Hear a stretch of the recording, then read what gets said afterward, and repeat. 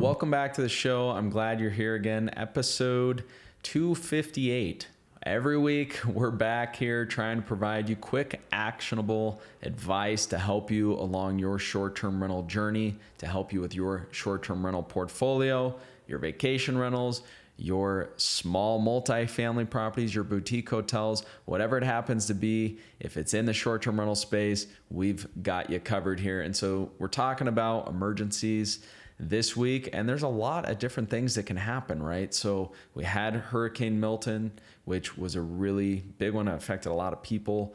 And Florida is no stranger to hurricanes, right? And so some states, some areas, these sorts of natural disasters just happen much more frequently. And so it's even more important if you have a short-term rental in one of these areas that you have some steps in place. In California, where I'm from originally, there's lots of fires, right?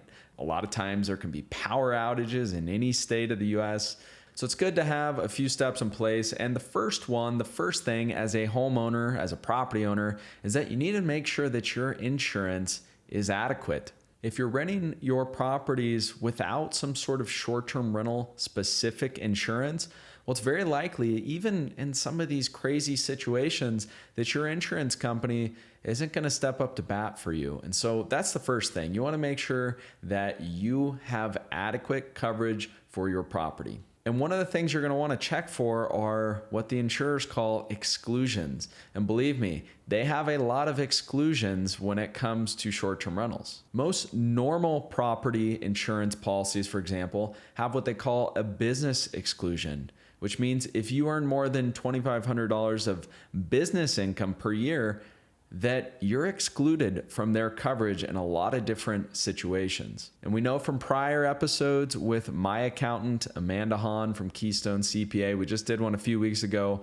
Go back and check that out. She lays out all of the details and what the IRS considers a short-term rental. But one of those rules is if your property rents for an average of 7 days or less throughout the year, then it's considered a business. And if your insurance has a business exclusion, well, you might not get covered when push comes to shove. Some other exclusions that you might find in your policy, an off-premise exclusion. So let's say that there's a hiking trail right next to your property and someone gets injured there and there's a liability claim. You might not be covered if this exclusion is there. There are pet exclusions depending on the type and breed of animal that's staying at your property. There's some more obvious ones like liquor exclusions, for example. And so we got to make sure we have the liability side of things as well. But that's the first step, is we need to make sure we have adequate insurance, including things for when disasters strike. I know I have a lot of property in Oklahoma where they have a lot of tornadoes and they have a lot of crazy hail that can damage roofs. And so depending on where you're at in the country, we need to make sure that we have adequate insurance. I know it's gone up a lot, especially in places like Florida, but if your property gets washed out, and again, my heart goes out to you if you've been affected in the latest one. Insurance is one of those things that it's never fun paying for it, right? But when we really need it, we really need it. Okay, so next up, assuming we've got adequate insurance in place, we need to know how to properly handle our guests if an unexpected natural disaster or power outage or emergency happens. The first thing is just to keep our guests up to date the moment that we hear about something, right? And now when it comes to disasters, let's say the more properties you have too, the more this can really affect you, right? Imagine one property versus 5 and the amount of refunds. When we went through COVID, there was a lot of refunds going on.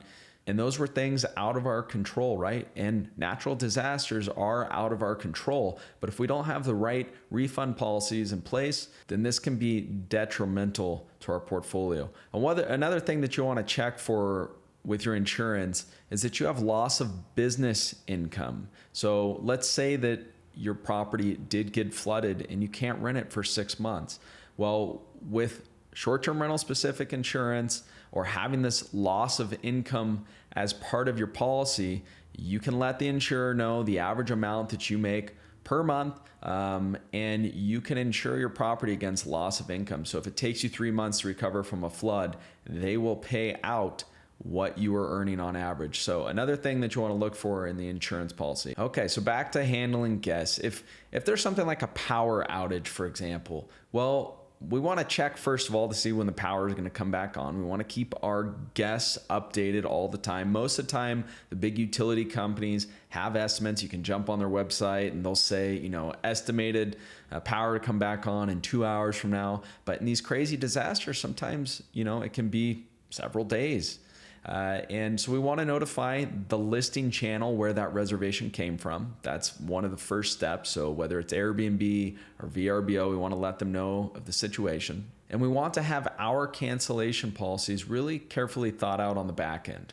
And when I say cancellation policies, I'm referring to how we want to handle this with guests really in these emergency situations. So obviously someone's not going to stay in our property for 4 days if they don't have power. But a lot of times we don't know when these things are going to get resolved. So we got to have just some couple quick steps in place. The first thing that we would do, let's say, we had multiple properties in a market, we would offer to transfer our guests to another property first before we just refund their reservation or cancel their reservation. A lot of times we don't have that luxury though. So what we might do instead is offer the guest a full refund as a credit towards a future reservation. Another thing we might do is if we don't have the luxury of having another property in the same market that happens to be vacant and doesn't have the same issues going on, then we would offer to rebook the reservation for a date in the future instead of refunding. You could also offer to put your guests up into a hotel or somewhere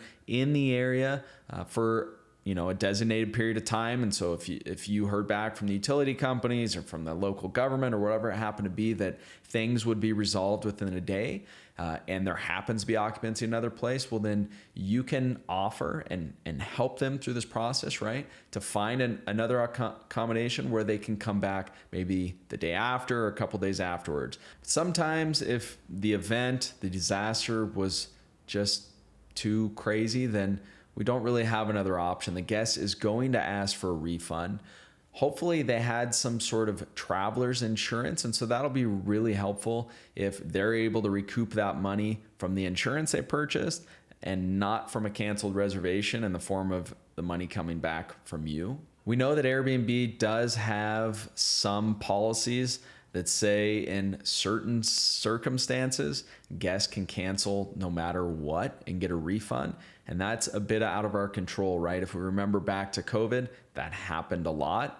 But usually that's not the case, right? Usually these are moments where, the flooding resides very quickly or the power comes on very quickly and we're able to resolve things with the guests, hopefully not losing money on that reservation. You may want to consider, if you're in one of these areas that has lots of storms or even storm warnings, that your house rules or your rental policy is really detailed. So you may want to include something that says, we do not offer refunds for storm warnings. So we know there's a lot of storm warnings that happen, and the actual storms are much, much more rare, right? So this just comes back to knowing our market, going through our house rules thoroughly, having a process in place, what we're going to refund, when we're going to refund. A lot of times people have bought a lot of food, for example. They show up to your vacation rental for a whole weekend. Something goes wrong, the power goes out, and they've got a bunch of food in the refrigerator. Who is responsible for that? Well, it's up to you, right? You need to have some rules in place. And so hopefully this just gets you thinking. Hopefully, again, you didn't get caught in this last hurricane. Double check your insurance one more time just to make sure. And until next time, I hope that gave you a couple little tips there. Again, my heart goes out to you if your property or anyone you know was damaged or hurt in this last hurricane. Until next time, I hope you have a great week, and we'll talk to you soon. Want to get on the fast track to financial freedom through short-term rentals? Well, it all starts with the properties you acquire, but you want to make sure that you acquire the right properties. I want to give you my ebook that will show you how to do just that. There is no charge. It's my gift to you for being one of our subscribers.